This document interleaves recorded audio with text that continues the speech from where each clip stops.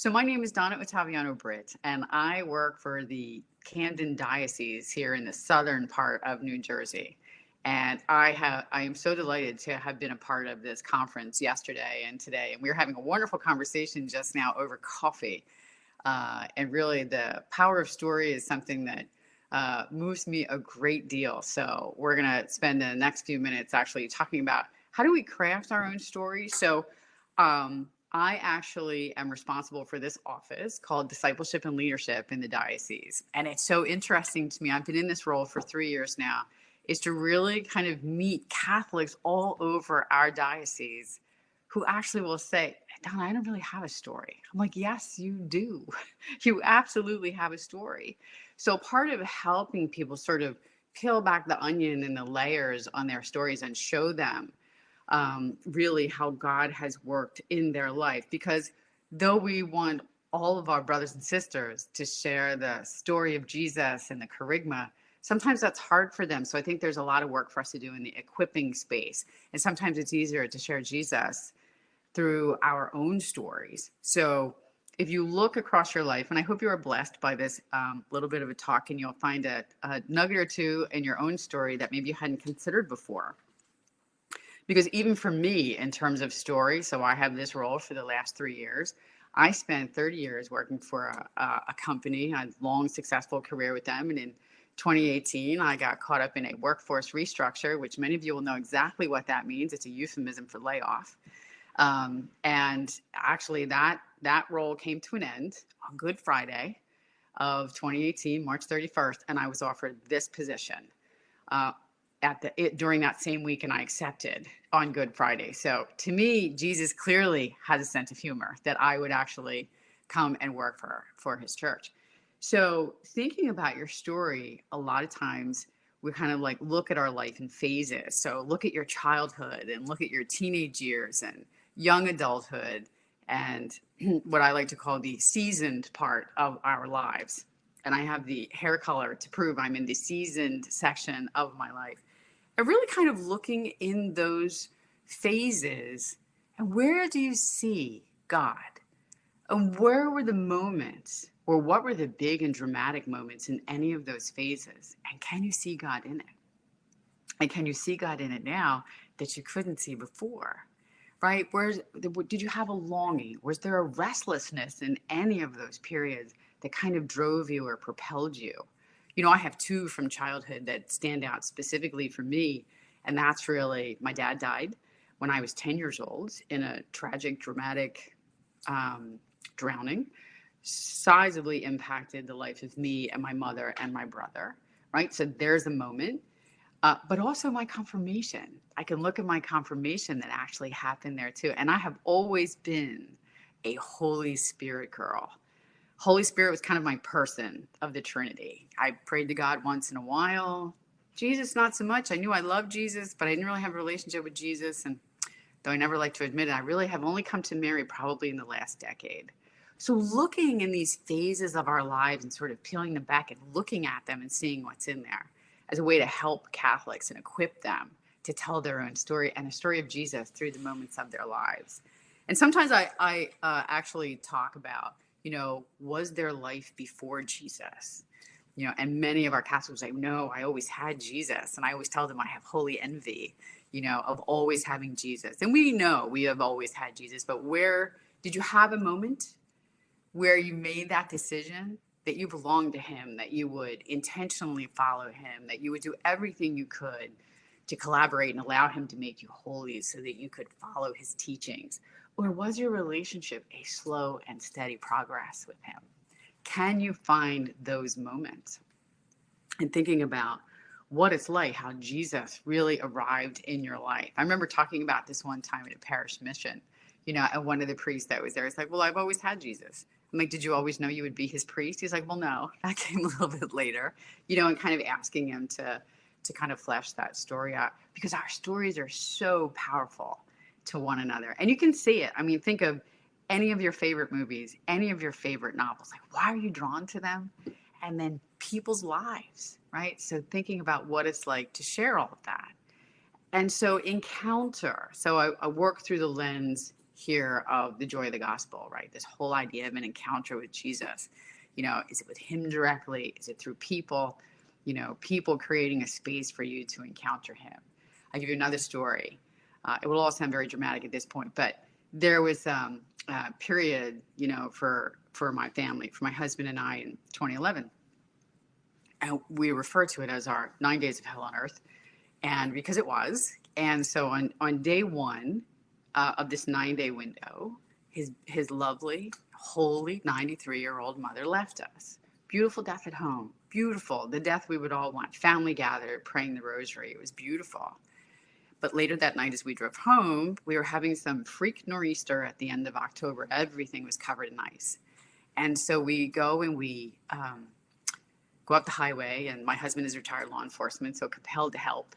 He's the one that gets hit by the next car coming through the ice. So he's fine. He's fine now. He wasn't then. Required lots of, level 1 trauma center and rehab for a long time. Couldn't drive a car. He's fine now. So I want you to sit comfortably knowing he's okay. And that was day one.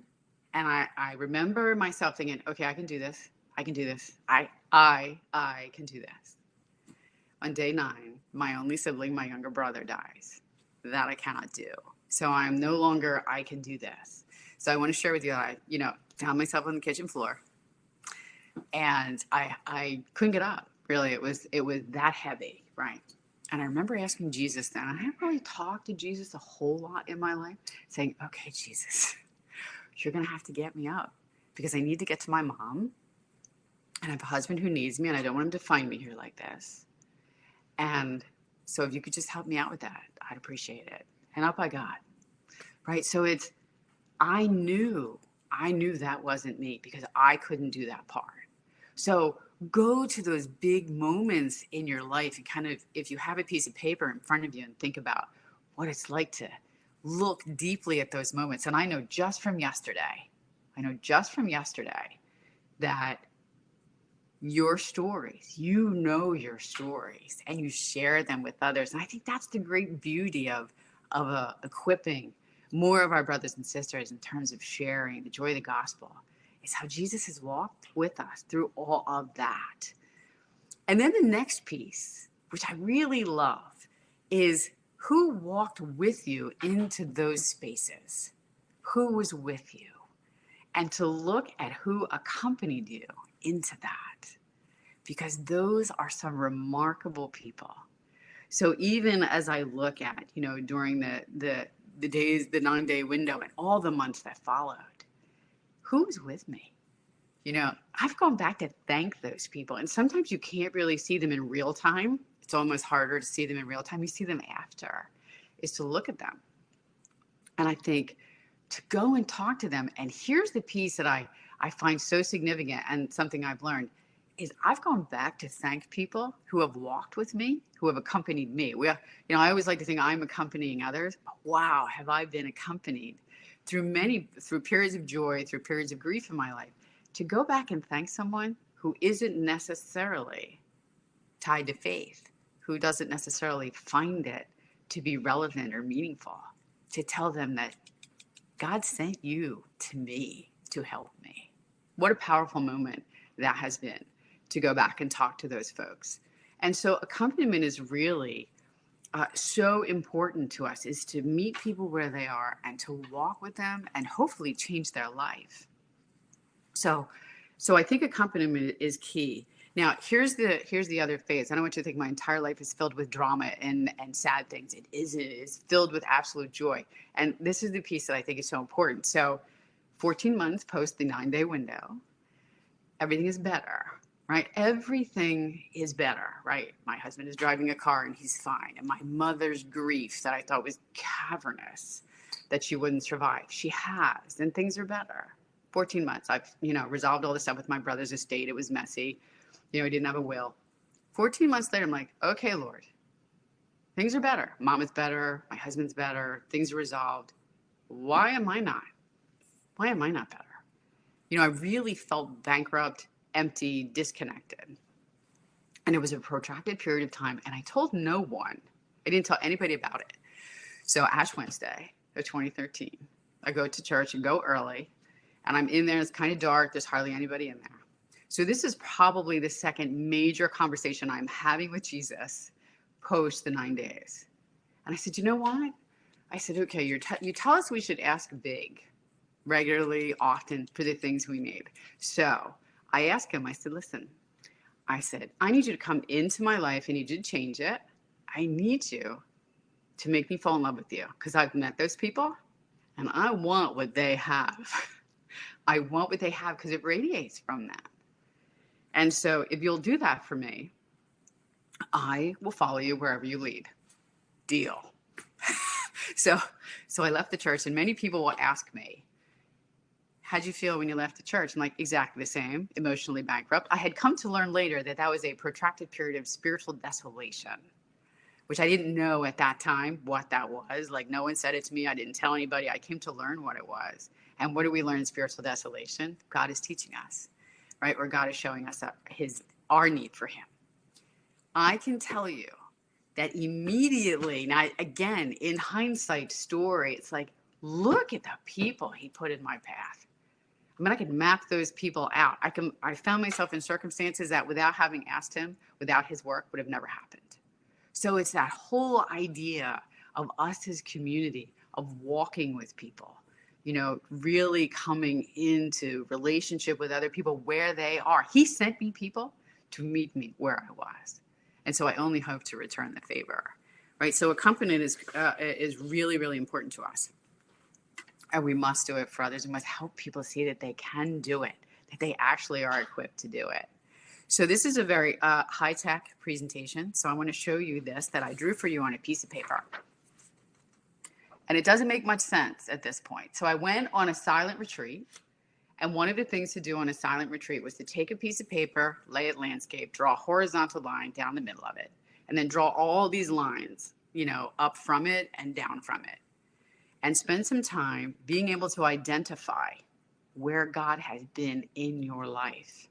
I was like, what a fascinating thing. I'm going to do that. I spent a couple of hours like making this sheet of paper. And I was like, wow, look where he's been that I didn't recognize. Right? So think about what it's like. So I took that home, you know, and it sits in the retreat folder for a while, and then you start to pull it back out. And then it got very messy. So my sheet became very messy. And then I thought, oh, I'll make a slide of it. Well, that wasn't good either. Right? But I loved this whole idea of where was he? He's not going to care if I find him in hindsight. He just cares that I find him. So what's it like to go and find him? So I want to show you one other thing. And if I could share it, I would certainly figure out how to do that, because I would like to show you what it looks like now. And I don't see any button on here that says share, because it's super. And I don't know how to share it with you, although I went to the training. So if somebody wants to tell me how to share a single slide, I would love to do it, because this has become a tremendous labor of love for me. And it really is, because I cannot figure out how to share. And I thought I did. Integration. Oh, wait, is that it? Integration? Share screen. Thank you. Hold on. Allow. Give me 1 second. This will look really great in recording, right? So let's see. I want to show you this slide. Can you see it? So you would have to text me if you can, or chat with me if you can see this slide. Hang on, I have to shrink it so I can see. Yes, okay, good, excellent. So I just want you to see this now, because that sheet of paper has become this. This is a 15-foot long piece of butcher paper, craft paper, and now I am building my entire story here where God has been on sticky notes. So I'd love to tell you I was a great artist, but I'm not.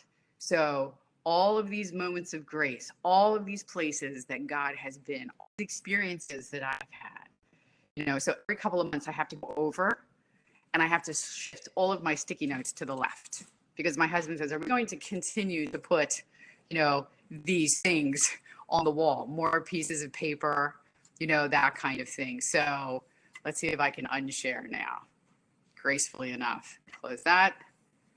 And I'm going to unshare, I hope.